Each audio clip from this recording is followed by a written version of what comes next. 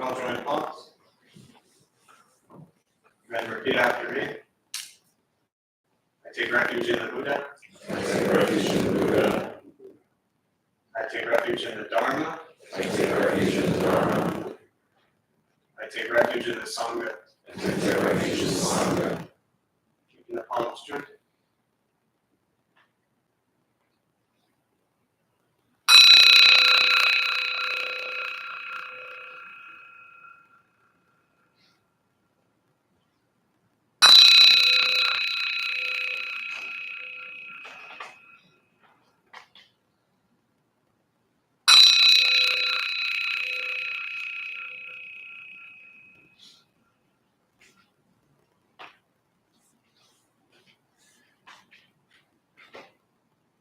Palms down.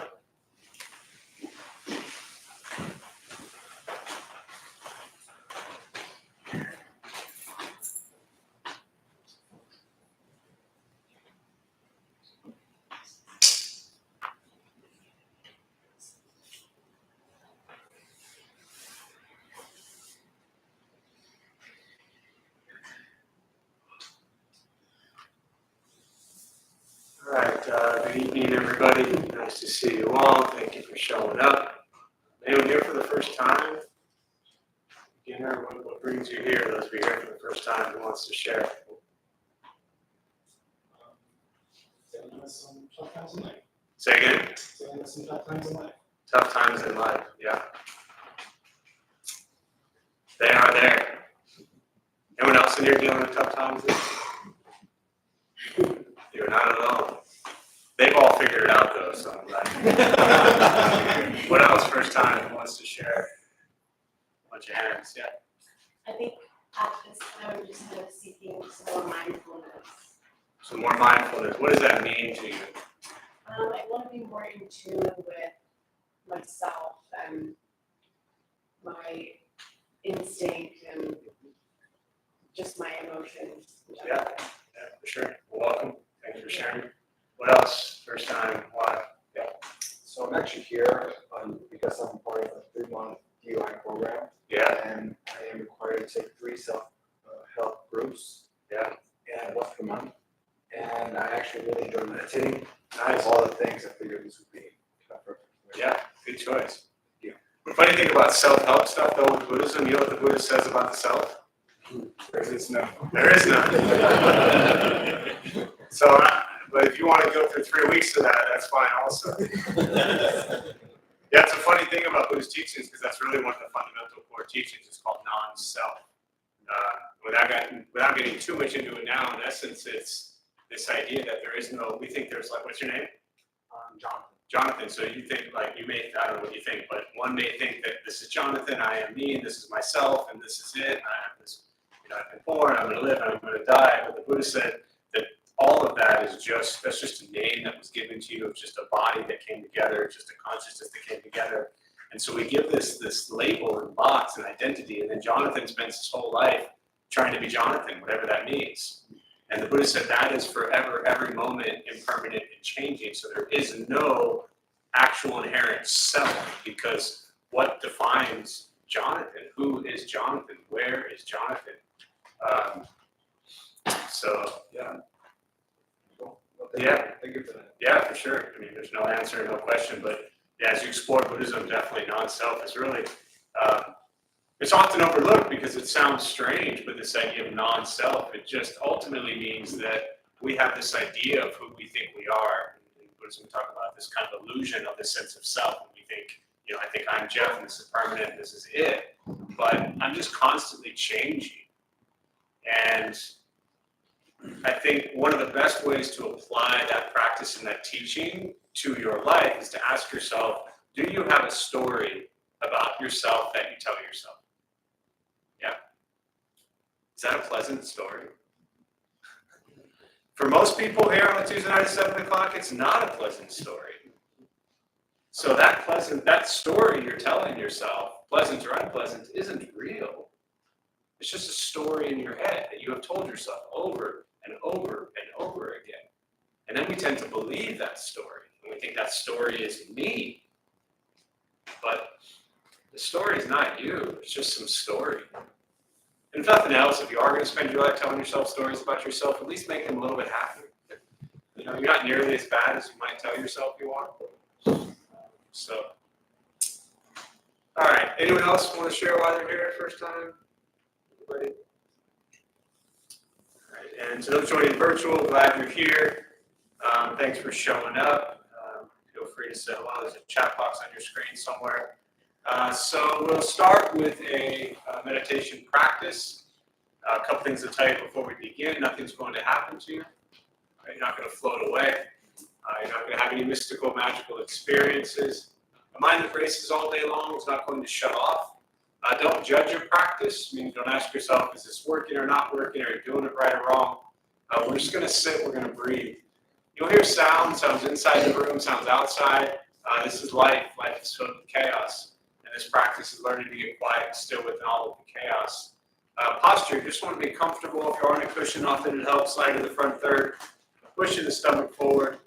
Toss the back to straight. If you're on a bench or chair, however you're seated, also just try to sit up straight.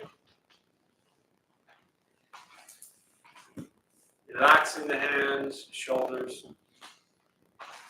Most important, especially for those who might be new, your mind will not stop racing. It will not shut off. It will not go blank. It will not think nothing. Your mind will continue to race as much as it always does.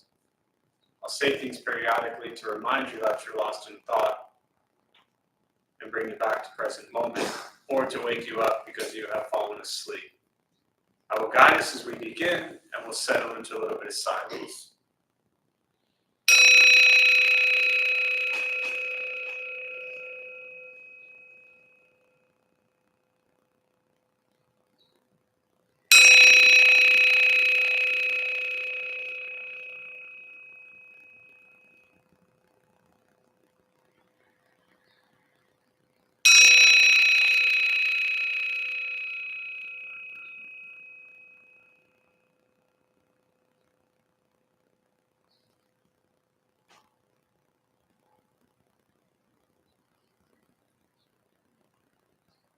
Starting with the eyes closed if comfortable, or slightly open.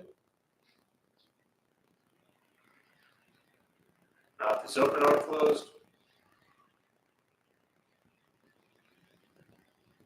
We'll start with taking 3 deep breaths, slowly.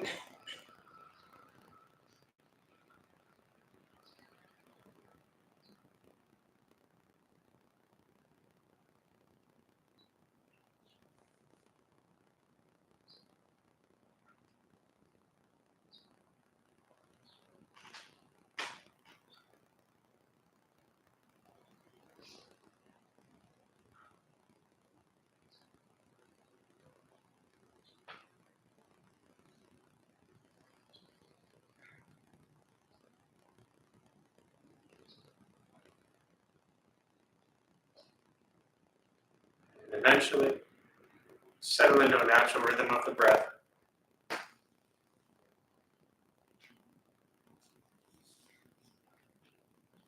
Noticing the mind as it wanders, jumping from thought to thought.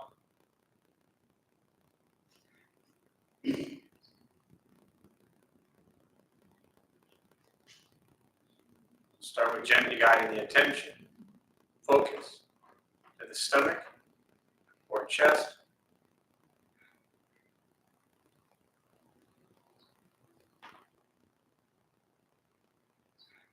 Breathing in, feel them rise.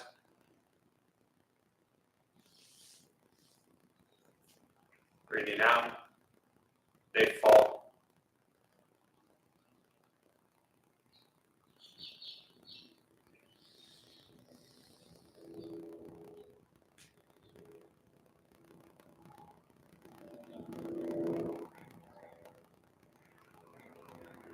Simply continue this practice, observing sensation of breath.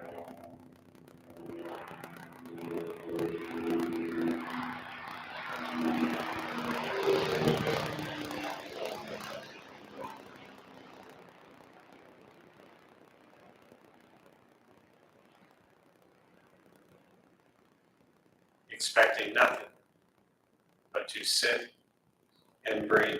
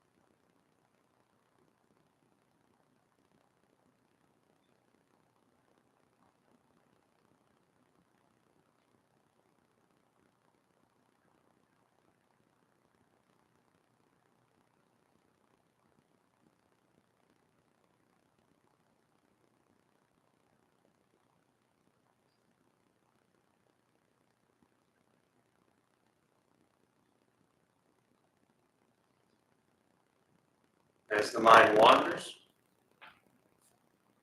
lost in thought, recognize it.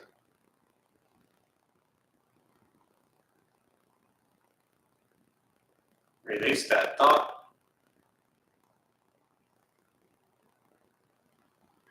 And turn attention, focus to the breath.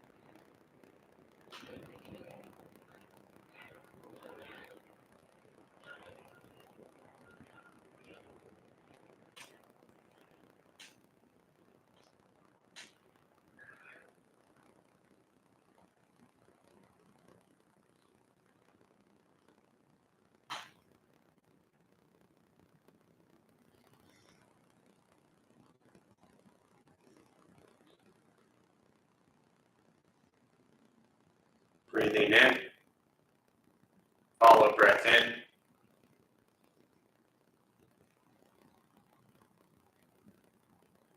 Breathing out, follow breath out.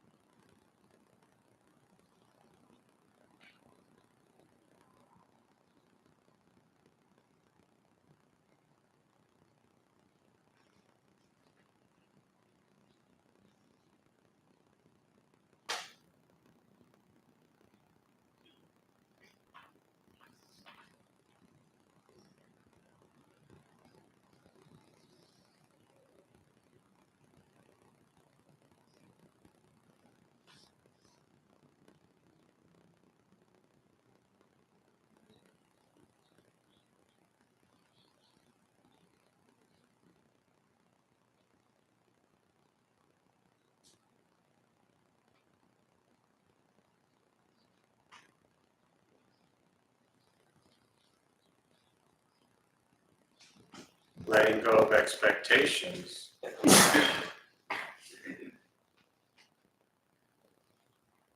letting go of judgments from your practice,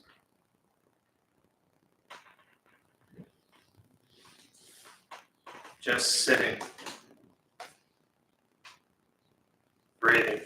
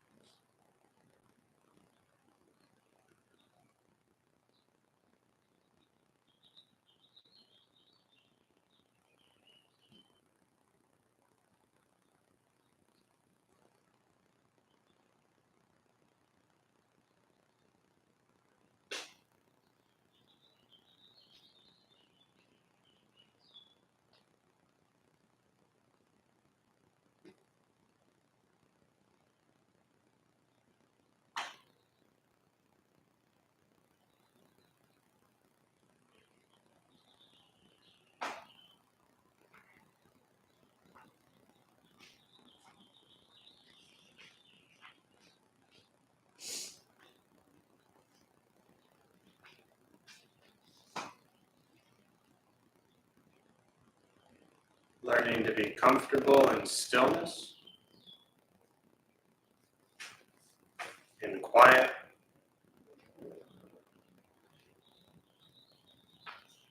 wanting nothing but to sit and breathe.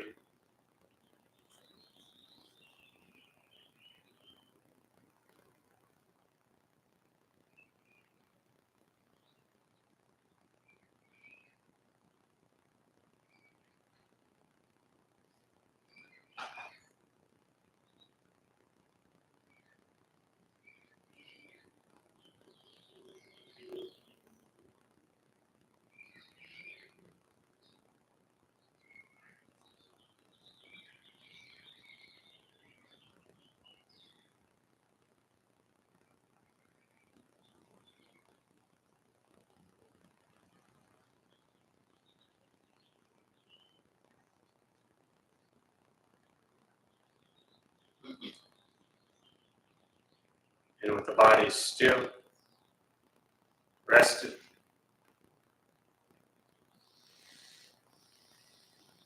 and the speech quiet, aware of all sound, and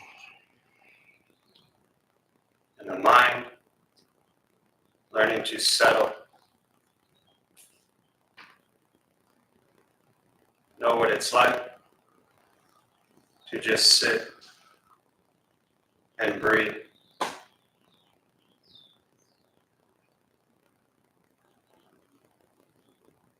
knowing with each breath, there's nothing else to do.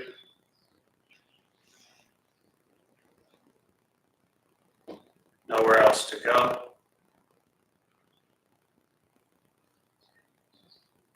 And no one else to be. Everything beautiful, exactly as it is. Sitting, breathing.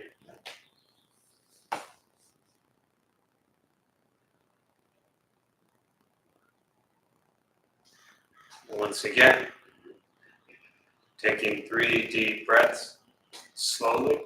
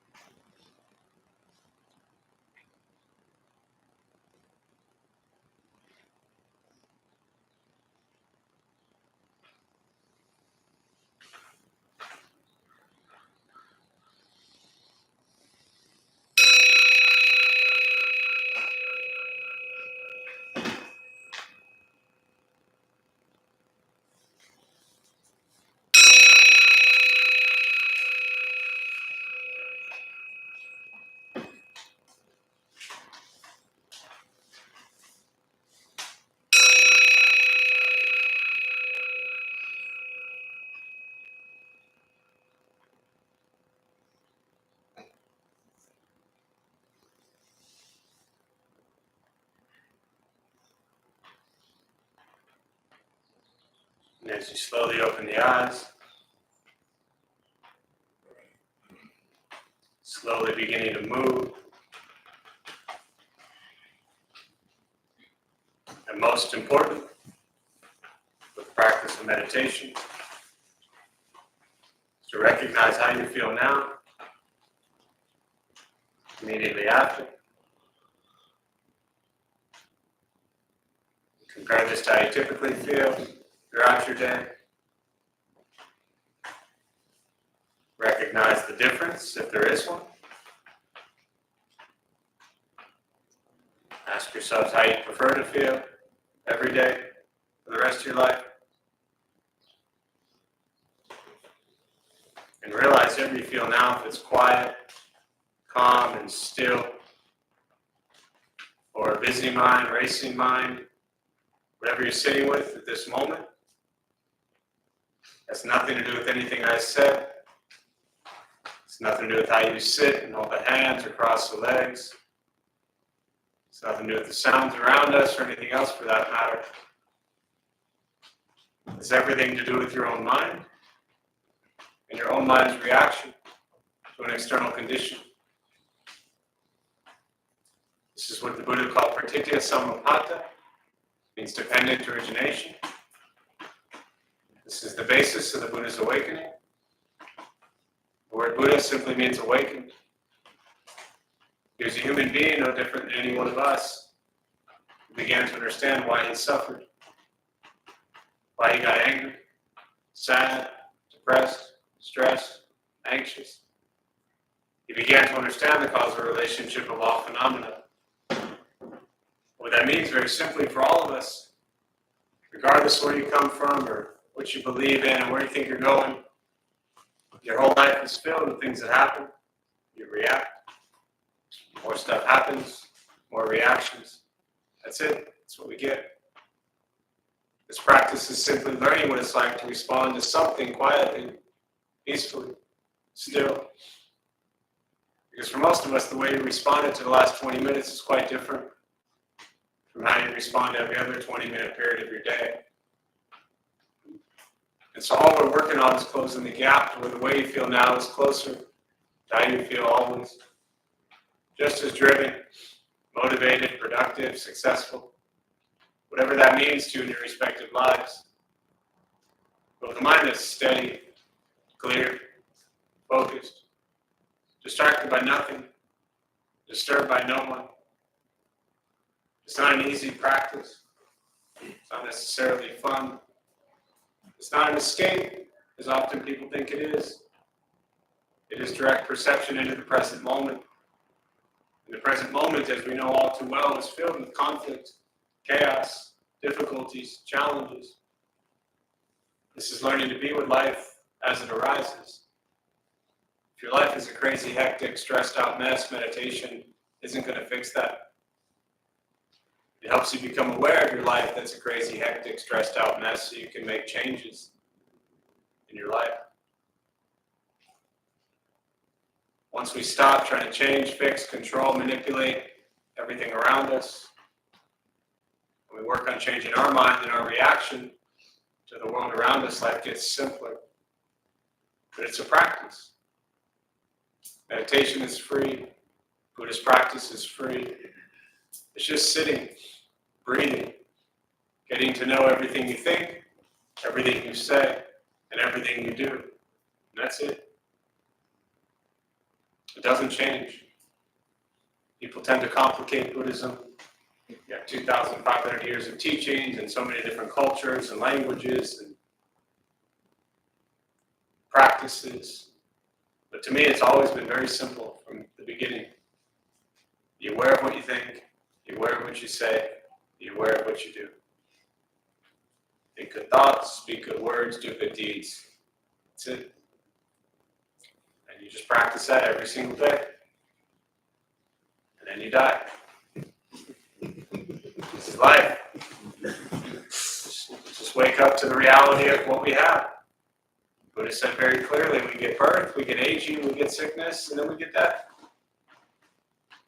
None of us can escape that. Now, if you want to spend your life miserable and complaining and blaming and all that, feel free. The world is a mess. A lot of disgusting things going on in the world. Absolutely, 100%. And this practice is not avoiding that. It's not ignoring that. It's not pretending things aren't happening. But this practice isn't about changing others. This practice is about changing ourselves.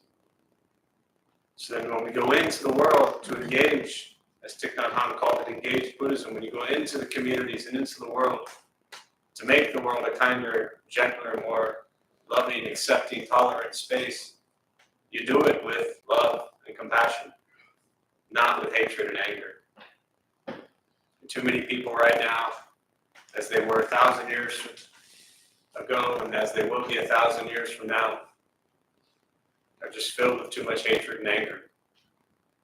So this practice is for you to work on transforming that into love and compassion. So with that, I'll pause. For me, I always really prefer to respond to questions. Meditation, Buddhist practice, anything you're sitting with. And again, to those joining virtually, welcome. Thanks for showing up. If you have any questions, feel free.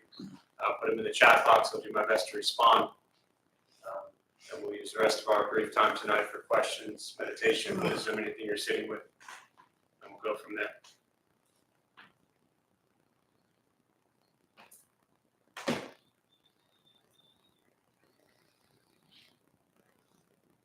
Yes, sir. Was there any crossover between Buddhism and like Taoism and Lao Tzu? Yeah, so the question was there any crossover between Buddhism, Taoism, and Lao Tzu?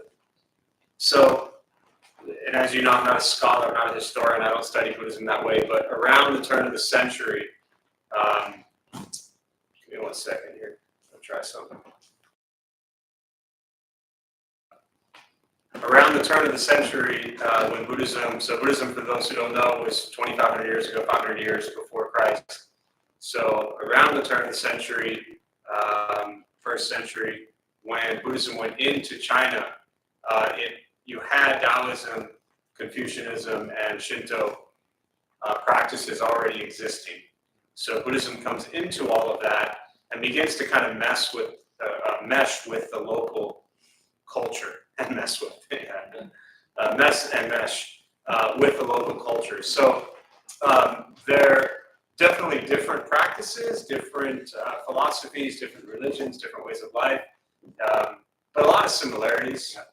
You know, I've personally never studied Taoism, Confucianism, or Shintoism. You know, picked up bits and pieces here and there, and the pieces that I have seen, yes, a lot of similarities. You know, but also some, enough differences. You know, a lot of, I would say, scholars over the years will tell you that when Buddhism goes into a new culture, it always meshes with the existing religions and philosophies, of that space. And, it can take 100 to 200 years for Buddhism to really take root in a new culture, new country. So, yeah, you have some crossover. I think this, Taoist way of just kind of observing, allowing life to happen, very much has this Buddhist feel to it, but at the same time understanding from the Buddhist side of things that your life as it's happening, we can allow it to happen and watch it, observe it, but we're creating also what's happening. I remember when I was a kid, I used to love watching, I grew up on a cul-de-sac, and the street was pretty decent hill going down. And I remember when it would rain or somebody's watering or whatever, and all the water was running down the street. And I remember like putting leaves like in there and watching the leaves go, and they would hit something. And so to me, later when I came across Taoism and things like that, it was very much this kind of feel of just becoming the leaf and letting the leaf go. At the same time, we put the leaf there. So, yeah, I don't know. Good answer. Good answer, huh? I guess. I don't know. I don't know. What else? Questions? Yeah. So I know you just said you're not a historian, and my question is not necessarily about the practice of Buddhism, Yeah. but I'm interested in what do we know about the king's advisors, like the ones who saw that the Buddha was going to be Buddhist? Like, do we know anything about who these guys were? When you say the king's advisor, you're talking about his father? Yes, sorry, his father. Yeah. Yes. So you want to know like what did they think about all this? Well, no, I just want to know how do they have the credibility to say the Buddha's going to become who he is? Sure. And what credibility do they have with the king? Or I keep calling him king, father. The father. Well, so when the Buddha was born, at his birth, and again, these are stories. Alex, who's been leading classes for 15, 16 years here, takes breaks here and there. Often will come back also and tell a nice hour-long version of the life story of the Buddha. So when he does come back next time for that, definitely catch that. Or just there's a great, I think it was a BBC documentary. For those of some of you may have seen it, Richard Gere's in it. It's a really beautiful telling of the history of Buddhism as well. I think it's like 2 hours, or it might have been multiple parts, but done really well. It was not that many years ago. But in brief, when he was born, they brought him to kind of like a sage to predict, who is this child?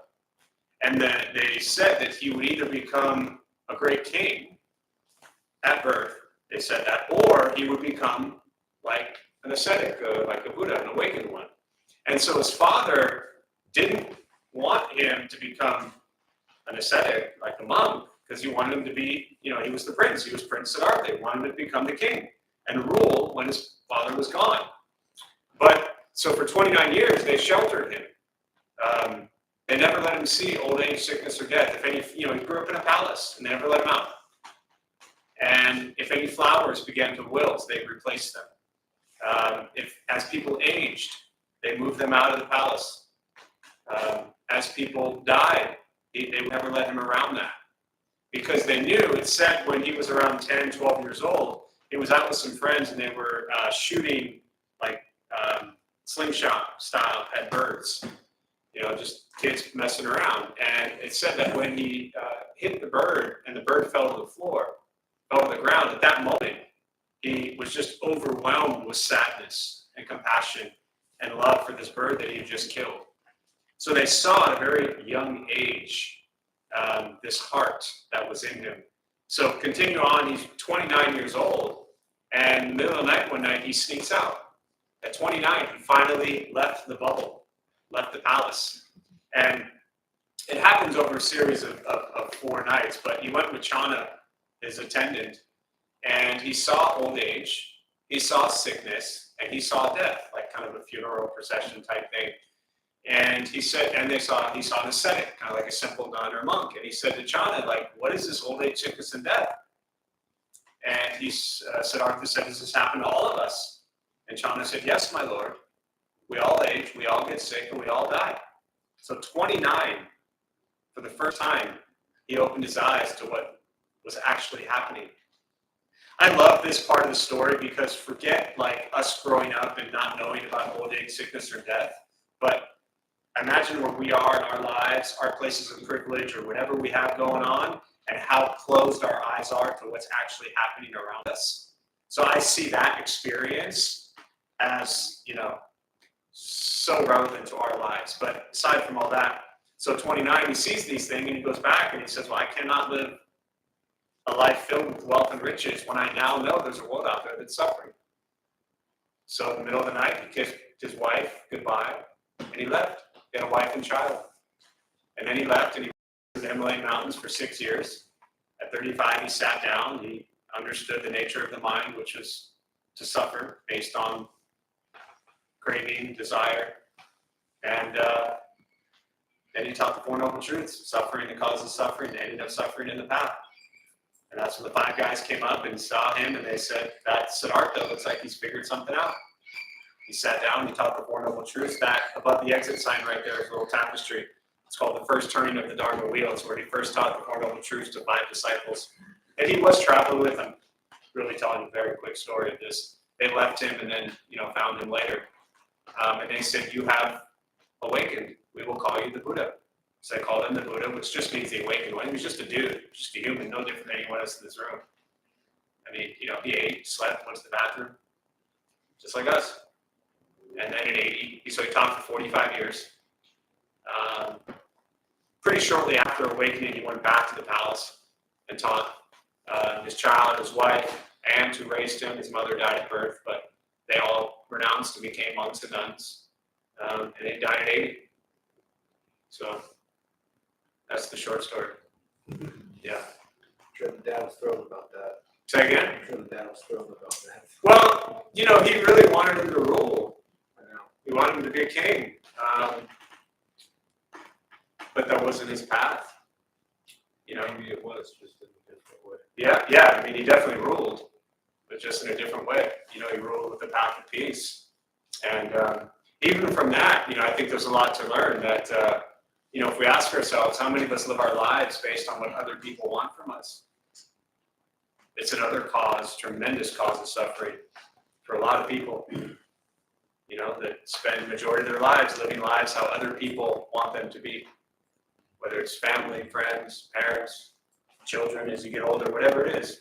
People have these ideas of who you're supposed to be and how you're supposed to be and what you're supposed to do and where you're supposed to go.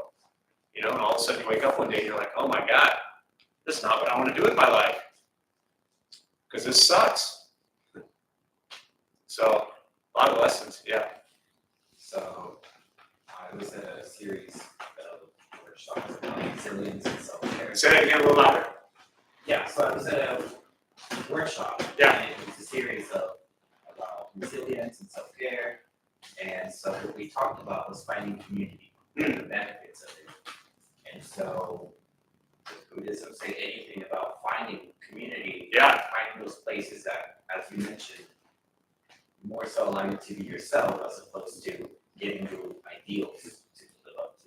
Yeah, so the question around community, you were at a workshop that we're talking about the importance of finding community. And your question, in essence, is, does Buddhism say anything about that? So, at the beginning when we joined Palms, and we recited, or maybe you didn't, I'm looking that way, and I don't really know nor care if you say what I say. But when we recited, I take refuge in the Buddha, the Dharma, the Sangha, did you say that? Do you have any idea what that meant? Yes, I know what that means, and I'm sure this is a bet, right? but I just want to hear a little bit more. Yeah. So let me back up for those who don't know what that part was. So at the beginning, when we say we take refuge, first the question is refuge. When you hear the word refuge, what does that mean to you? Just kind of shout out. Safe place, safety, what else? Shelter. Security. Anything else for refuge? Running away. Running away? How's that working? Getting tired, man. How long am I going to run? But yeah, so safety, comfort, shelter, protection, safe place, whatever refuge in. The first one is we take refuge in the Buddha.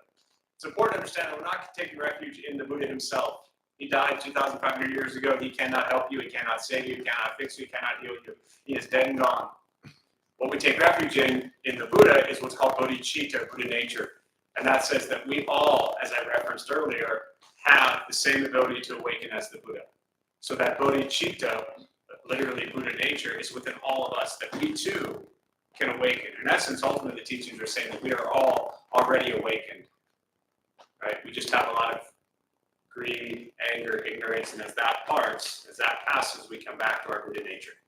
So we're taking refuge, finding safety, comfort, protection in the fact that we have the ability to end our own suffering. When I first learned that, that was the most beautiful thing, because I always thought that somebody else was responsible for my happiness.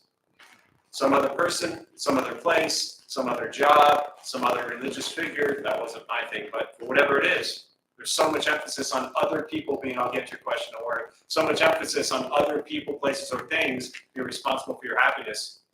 I found it incredibly liberating to know that all of my madness and misery and anger and depression, you know who created that? Nobody else. Myself.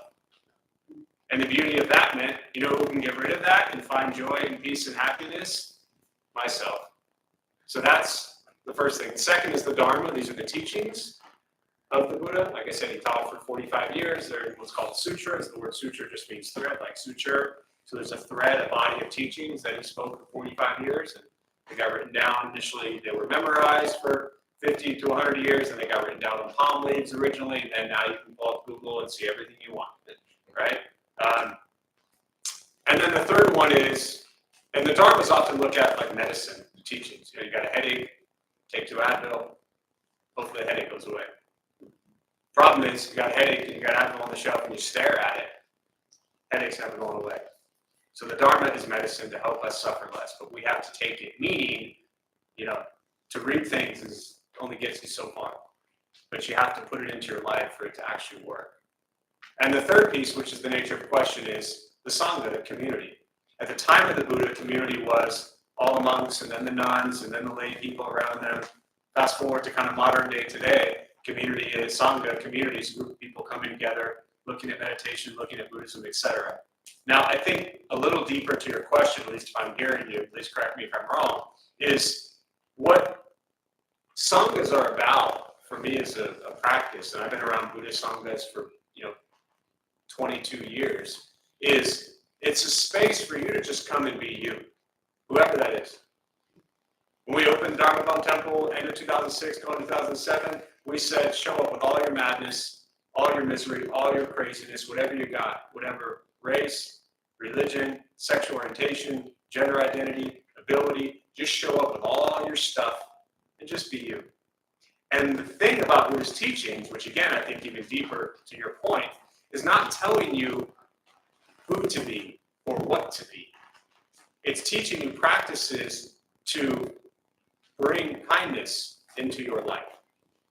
And whatever that creates is what that creates. And even going back to the earlier comment about non-self, the Buddha's not trying to tell you who to be or how to be.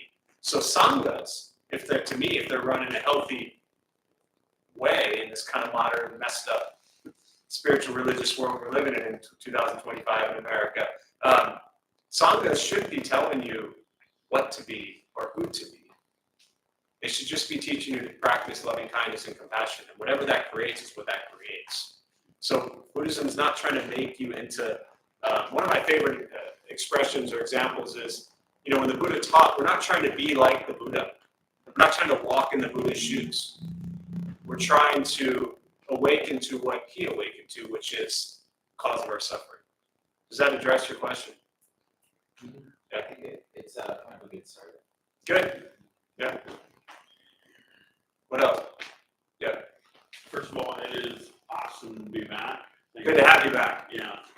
Second, I have a really dumb, practical question with a preface. My preface is that I wake up every morning at 3 o'clock to go to work. Yeah. 20 minutes is really hard to keep my eyes closed for without falling asleep. What would you do? I would not sit for 20 minutes. Why? Why do you have stuff in your head you need to sit for 20 minutes? Maybe I should stand up and walk to the back. Who? What's that? Like I'm talking about in here, like I'm having a hard time. Oh, you're talking about right now. Right I thought you meant like when you wake up at 3 a.m. in the morning. No, like literally falling asleep. Yeah. You know, stare at the wall, bite my tongue. Yeah. What do you think? What do you do? Yeah. It's tough, man. I mean, you know, if you're waking up at 3 a.m., yeah, we're definitely pushing into bedtime. At the same time, I know how important it is for you to be in a space like this because it keeps you, alive, like literally. So I think from a first standpoint, for those who were falling asleep tonight, you were not the only one, right? Trust me. But for those who were falling asleep tonight and they didn't even get up at 3 a.m., some practical things are, that just means you're tired. I'm already addressing your point, but this is for everybody else. Just means you're tired. Sleep better, right? Do things to prepare yourself for sleep. If you sit and close your eyes at 7 o'clock and you didn't get up at 3 a.m. and 3 minutes in you're like asleep, then you have to look at how you're caring for yourself throughout your day, how you're sleeping, what time you're going to bed, how long you're staring at your phone, how long you're staring at screens. Are you taking care of your mind, body, and spirit all day long, whatever that means to you, right? So it's not just about closing your eyes and falling asleep. Now, for those who are, waking up at 3 a.m. and you're pushing, bedtime, for me, my practice is eyes open anyways. So, like, when I lead you all in meditation, no offense, but I'm not, you're not even here. I'm just doing my meditation out loud. My eyes are open. They're staring down about a foot in front of me. And just keep your eyes open. Now, I recognize if you are exhausted, then, yeah, you're going to, maybe lower them a little bit.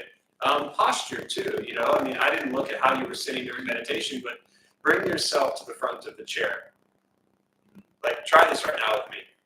Bring yourself to the front of the chair. Sit up straight. Put your hands on your knees. Don't cross your legs. Sit up straight.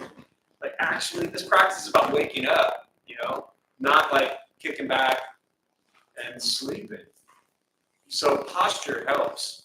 The traditional Zen practice, you'd imagine there's a string just gently pulling your head up. So everything is open. Shoulders are open. Everything's relaxed. Hands or knees are relaxed. And then your eyes are just gazing down about, for years, you'd be staring right at the top of the black chair. You see that? Yeah. So your eyes are open. To your point now, once I understood your question, yeah, you're welcome to stand. If that's what you need, stand and stare at a wall or stare at the ground, preferably out of the way so nobody feels uncomfortable with you. But that also works. Yeah. Physical things. Before you get here, splashing water on your face, something like that. I'll stand behind you with a switch. Yeah. We can get Theo with the Zen stick. Yeah. What else? Yeah. What does Buddhism say about feeling stuck in life and trying to get unstuck? Yeah, so the question for those who didn't hear was, what does Buddhism say about feeling stuck in life and trying to be unstuck? So first and foremost, always important to understand that it's very common, especially when people are new, to say, what does Buddhism say about? So always important to understand that the Buddha lived, as I said earlier, he lived and he died, right, 80 years old. Since then, you have thousands, millions of people translating, maybe not millions, but thousands of people that are sharing what they think the Buddha said.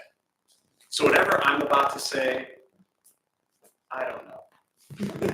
If anybody tells you this is the way, the only way, yes, there are some fundamental core basic Buddhist teachings. Other than that, really, everybody's just kind of giving a commentary on what they think. So I first want to say that there's not always just blanket, one-line answers, this is exactly it. So keep that in mind always. But the question around feeling stuck and wanting to be unstuck, the first thing that comes to mind is, what does Buddhism say about that? It's the awareness that you're stuck. That's it. I am stuck. And then ask yourself, why? You can't get from stuck to unstuck until you understand why you're stuck. My teacher early on, she always said, Jeff, when you ask questions, don't look for answers, just begin to change your questions. And so instead of thinking, how do I go from stuck to unstuck, really ask yourself, why am I stuck? Very often, again, I don't need no details, I don't like knowing details, but very often it's around fear. It's around pride. It's around ego. It's around frustration, disappointments, expectations. It has a lot to do, again, with this sense of self, that you think you have this something that you're supposed to be. Ultimately, you're never stuck. Being stuck is just an illusion. You're only stuck because you think you're supposed to be unstuck. I know that might seem strange right now, but that's ultimately the teaching. You're not stuck. You're in a place. If you don't want to be in that place, move. Being stuck is a story wrapped around fear, usually. You know, if you look at it from kind of this Western way of like stuck to unstuck. You know, the root cause of suffering from Buddhist teachings is the second noble truth, which is greed, anger, and ignorance. Greed being not like I just want more money, but like craving more of everything. So often when we're stuck, we want something, we want to be unstuck because we think if we're somewhere else that that's going to be better. You ever been somewhere and then thought you're going to go somewhere else that's going to be better and it's actually worse? And then you wish you were where you were. So in your mind of being stuck, you may go whatever is next and wish you were where you were right now. And then where you are right now is not stuck. It's all relative to where you think unstuck is.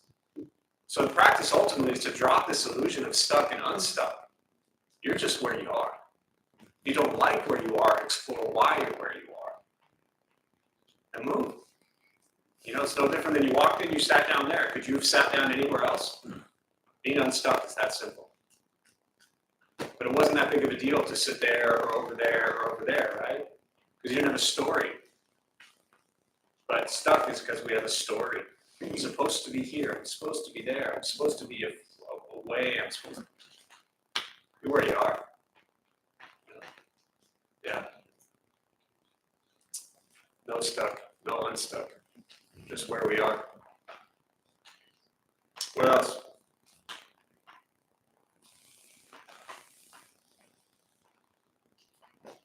Yeah. I guess in terms of Buddhism, what's a good way of breaking bad habits? A good way of breaking bad habits? Yes. Yeah. I think first and foremost, similar to my just response, is to recognize you have them, be aware of them, and you want to break them. Give yourself a little credit for that. Because there's probably a time in your life where you wouldn't be sitting here right now asking, how do I break these bad habits, right? And then the second part, looking at, again, the cause of our suffering, greed, anger. We overcome anger with compassion. And so when we have bad habits, we suffer. When we have bad habits, very often, other people suffer. Do you like to suffer? Of course not. No. Do you like causing other people to suffer? Of course not. No. So the practice is to bring a little bit of love and kindness and compassion to yourself and others. And to focus on that, to understand that my bad habits cause suffering. I don't want other people to suffer. Suffering sucks. And when I make life about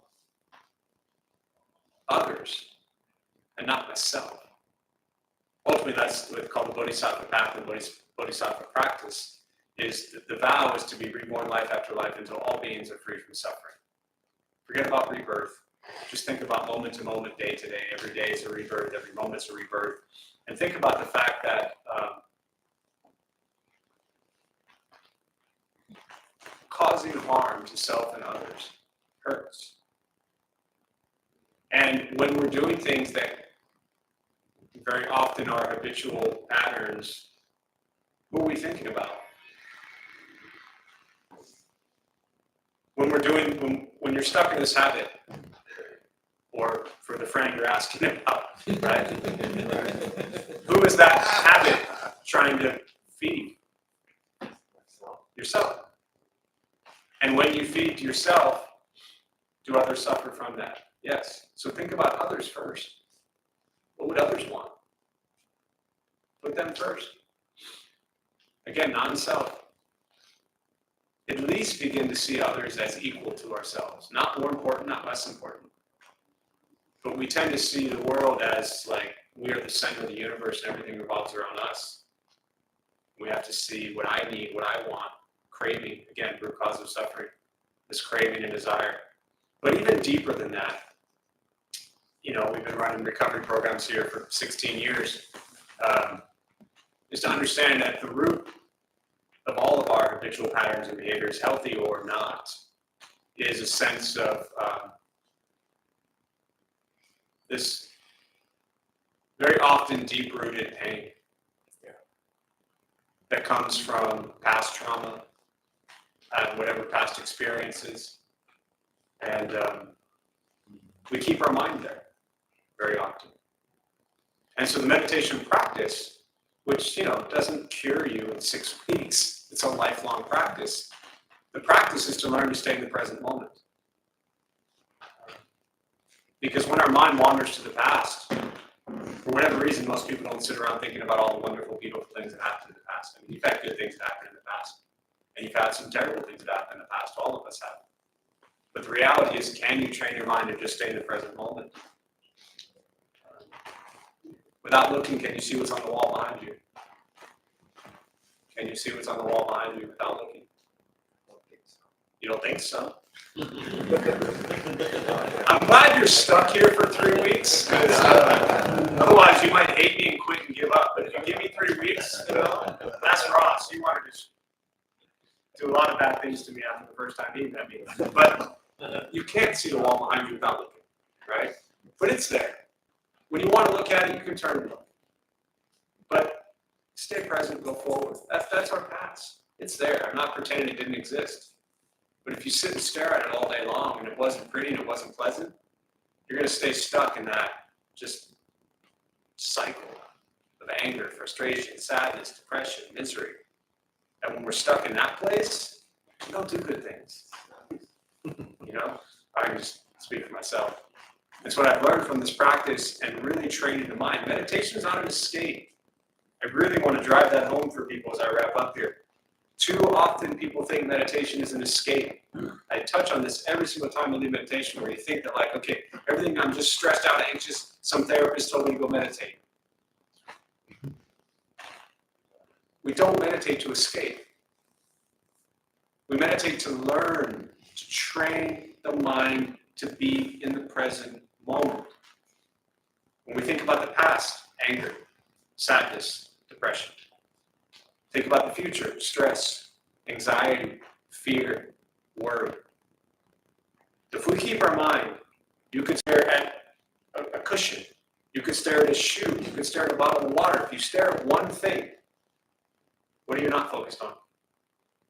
Everything else. And when you focus on everything else, how does that make you feel? Overwhelmed. So meditation is training the mind to be present.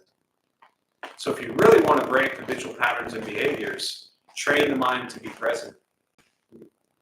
And the anger and whatever that deep-rooted crap that sits within us that is causing the habitual pattern and behavior begins to fade away because you're not there. But it takes more than 3 weeks. Yeah. So I'm going to close on that. We'll join palms. May any merit gained from this practice be transferred to all beings in all directions. May all beings be at peace. May all be free from suffering.